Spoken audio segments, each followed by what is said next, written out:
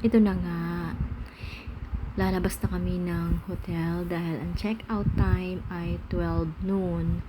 Ayan, habang hinihintay namin ang aming oras, nanood muna kami ng movie at nakakatawa yung pelikula.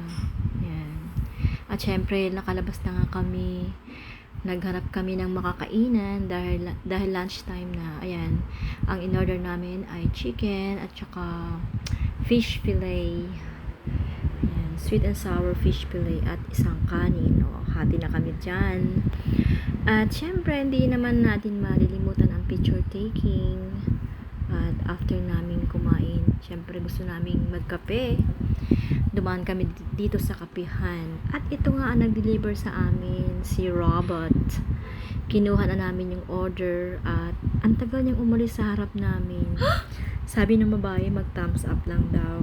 Kaya, yun nga ang ginawa ko at tumalikod na si Robot. O, ayan guys. Yan lang for today. Bye!